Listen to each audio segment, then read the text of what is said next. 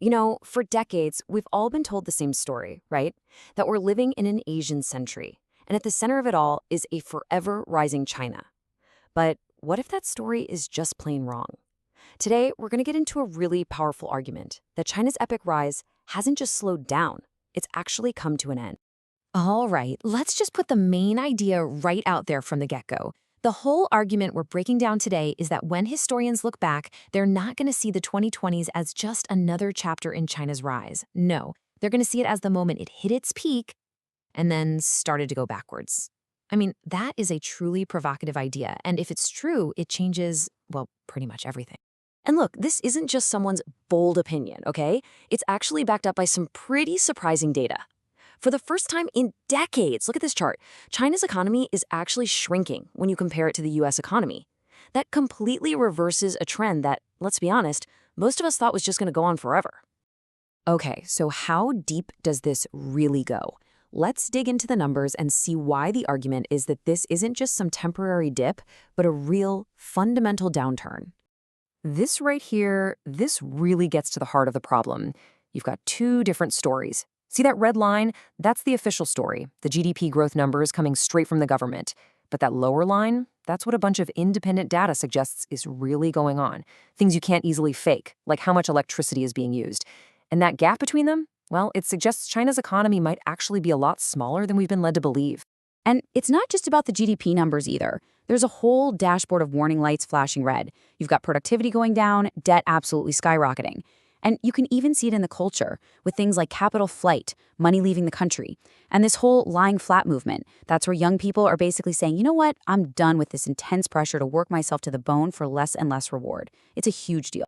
So the big question is, why now? What changed? Well, the core argument is that China's incredible rise wasn't normal. It was an exceptional, once-in-a-lifetime event, pushed forward by these huge advantages. Think of them as powerful tailwinds. But now, every single one of those tailwinds has flipped around and turned into a massive headwind. I mean, for about 4 decades, China basically had the perfect storm of good fortune. Everything was working in its favor. First, it had geopolitical security like never before. Second, it had a really pragmatic government that was laser-focused on one thing, economic growth. Third, it had the greatest demographic dividend in human history. And finally, it had access to cheap, abundant natural resources. Just an incredible combination. And this is the whole story in one slide.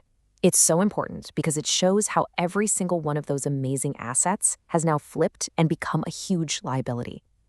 That geopolitical security, it's now what's being called an all-around encirclement by the US and its allies. That pragmatic government, it's been replaced by a dictatorship that's willing to sacrifice the economy for political control. That incredible demographic dividend, it's turning into a demographic collapse. And all those resources, they've led to scarcity and massive pollution.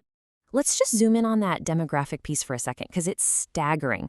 For most of its big boom, China had something like 10 to 15 workers for every single person in retirement. I mean, that's 2 or 3 times the global average. It was an absolutely massive engine for growth and productivity. But now, look where we're headed. That incredible ratio, it's projected to totally collapse. We're talking just 2 workers for every retiree by the late 2030s. You have that huge baby boom generation starting to retire, and who's there to support them? The much, much smaller one-child generation. That demographic engine hasn't just stalled, it's slammed into reverse. Okay, so this whole story isn't just about China. Not at all.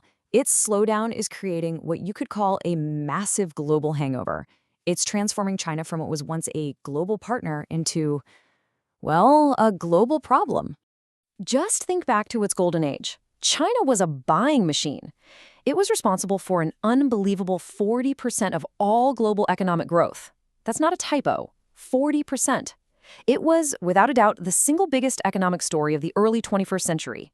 The rest of the world got very rich selling stuff to China. For years, countries around the world got this triple win from China. First, they had a huge market to sell their stuff to. Second, they got what seemed like a bottomless supply of loans. And third, they had expert Chinese companies coming in to build their infrastructure. But that whole era, it's over. Now, they're facing a triple threat. China is buying less, it's starting to demand that its loans get paid back, and it's flooding global markets with its own cheap, subsidized goods to try and save its own skin. And you can see the results of this shift in global politics. They are stark. As China has started putting its own economy first, its favorability around the world has just plummeted. Anti-China sentiment is at levels we haven't seen since the late 1980s. More and more, the world is looking at China not as a partner, but as a serious economic and geopolitical threat. So this raises a really, really important question. What happens when a country's economic power starts to peak, but its global ambitions are still on the rise? Well, history gives us a pretty worrying answer. There's a pattern, a kind of playbook, that's called the peaking power phenomenon.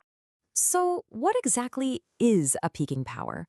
Well, imagine a nation that was rising super fast, but now it looks around and sees its window of opportunities starting to close.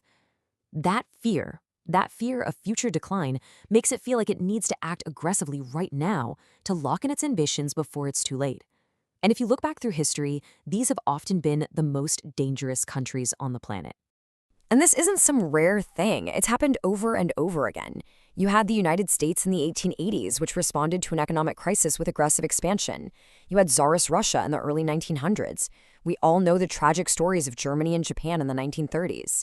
And even more recently, you can see a lot of Russia's aggression stemming from this same peaking power dynamic. The key takeaway is they don't mellow out, they lash out. Now, according to the analysis we're looking at, China is following this historical playbook to a T. Step 1, dial up repression at home. Step 2, shift your economic strategy away from just pure growth and toward leverage, trying to control global choke points in things like supply chains and technology. And then there's step 3, which is frankly the most worrying one, the largest peacetime military buildup the world has seen since the 1930s. So when you put it all together, it all points toward a decade of really heightened risk. You've got a peaking power, a world that's getting more fearful, and a bunch of problems that seem impossible to solve. Welcome to what the source material for this explainer calls the terrible 20s. And the fundamental challenge here is something called a credible commitment problem. A lot of the big issues on the table, like the future of Taiwan or who controls the South China Sea, they're seen as zero-sum games. I mean, think about it. Taiwan can either be governed from Taipei or from Beijing. It can't be both. And that makes compromise incredibly hard, because any little thing you give up could be the decisive advantage the other side needs. So really, the main takeaway here is that we are entering a moment of maximum danger. It's all being driven by this incredibly powerful nation that is starting to fear that its time is running out. Now, there is some hope that if the world can just navigate this really perilous decade, maybe a more stable balance of power can emerge on the other side. But the final, sobering question that this analysis leaves us with is, can we actually get through these terrible 20s?